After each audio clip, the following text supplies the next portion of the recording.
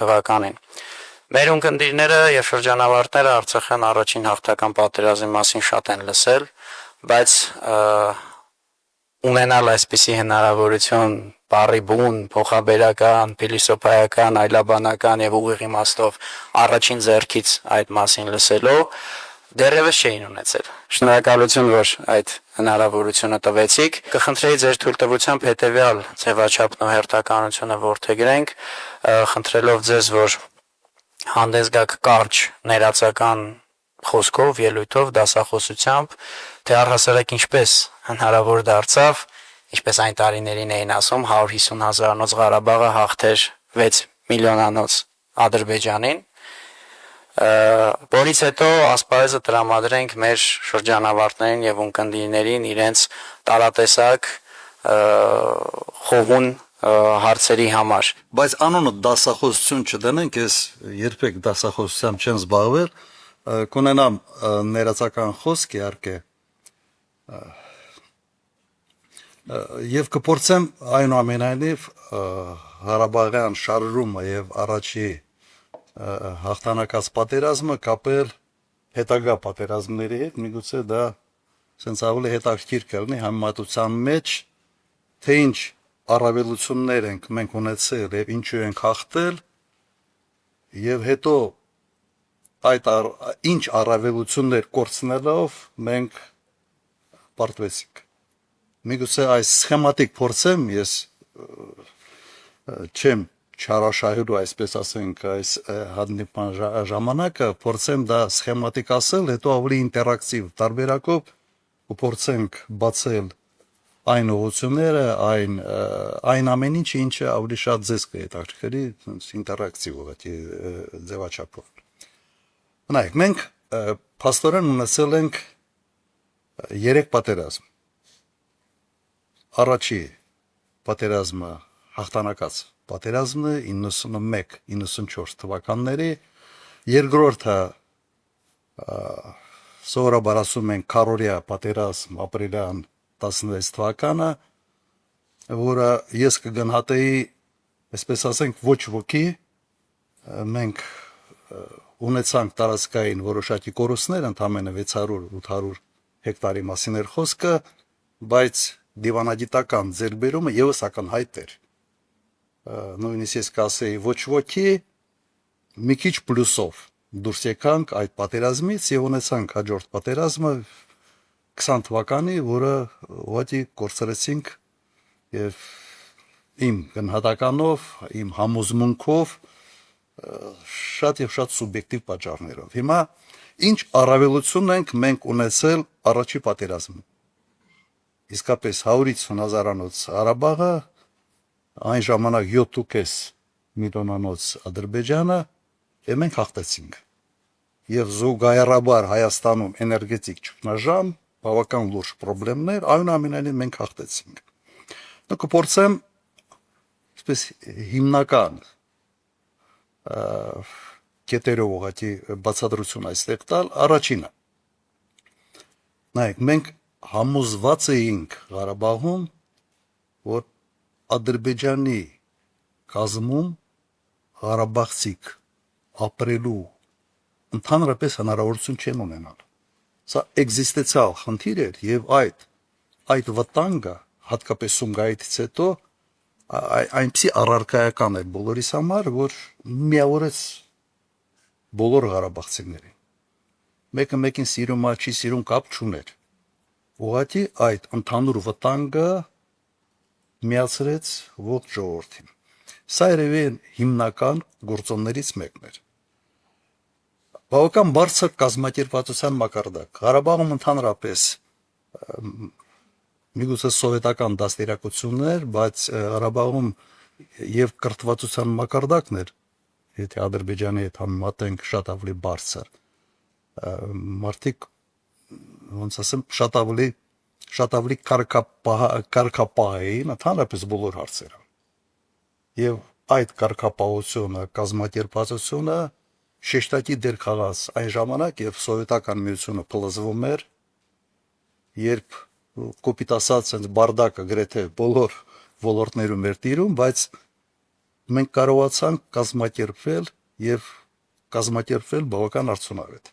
Դրան գումարում էր այն հանգամանքը, որ կար բավական սովետական միության կողմից պատրաստված մոբիլիզացիոն ռեսուրս, Ղարաբաղցիք բոլորը գրեթե ծառայում էին մարտական ստորաբաժանումներում եւ զինվորական մասնագիտությունների ձեռքբերման խնդիր եւս չկա։ Ինչը շեշտակի տարբերում էր ընդհանրապես Ադրբեջանից, որտեղից շատ ավելի sense մեծ տոկոսով մարդիկ ծառայում էին այսպես կոչված ստրոյբատներում եւ այլն։ Սա եւս բավական մի խնդիր էր, որովհետեւ երբ մենք ձևավորում ենք Ղարաբաղում բանակը, զինվորական մասնագիտություններով օժտված մարդկանց պակաս գրեթե չենք ունեցել։ Ուղղակի մի շատ թեթև վերապատրաստում, շատ թեթև sense միջամտություն եւ մարդիկ պատրաստ զինվորներ էին։ Եվ կար բավական լուրջ սպայական ազնագազմ, որոնք ուղղակի Ղարաբաղցիների, որոնք եկել են Ղարաբաղ եւ իրենց փորձը ներդրել են արդեն զինվորական գործունեության մեջ։ Շատ կարևոր հանգամանք էր այն ժամանակ այն տեղեկատվությունը, որը գալիս էր Ղարաբաղից եւ Ղարաբաղյան շարժումից եւ հետո 91-94 թվականներին պատերազմից եղել է ազնիվ լուսաբանում եւ հաջողությունների եւ անհաջողությունների։ Սա ուղղակի ուզում եմ շեշտել։ Սա այն է, ինչ հետագայում ուղղակի բացակայում էր ընդհանրապես։ Ազնիվ լուսաբանում, բան են կորցրել, հայտարարվում էր, ասվում էր եւ ոչ մեկի մտքով չէր անցնում, որ կարելի է ինչ որ քարոզչական նպատակներով ասել մեկ այլ բան, քան հողի վրա ուղղակի իրականում կար։ Սա չափազանց կարևոր հանգամանք էր, որովհետև առանց դրան վստահություն բանակի, ժողովրդի միջև եւ իշխանության միջև ուղղակի հնարավոր չի կառուցել։ Մի շատ կարևոր հանգամանք նայեք, բոլոր եւ հատկապես առաջի պատերազմի ժամանակ ադրբեջանցիք ունեցել են քանակական առավելություն բոլոր կոմպոնենտներով, բոլոր մարդկային, ֆինանսական, զինտեխնիկա, զինամթերք։ Սովետական միությունը sense իր հիմնական պահոստները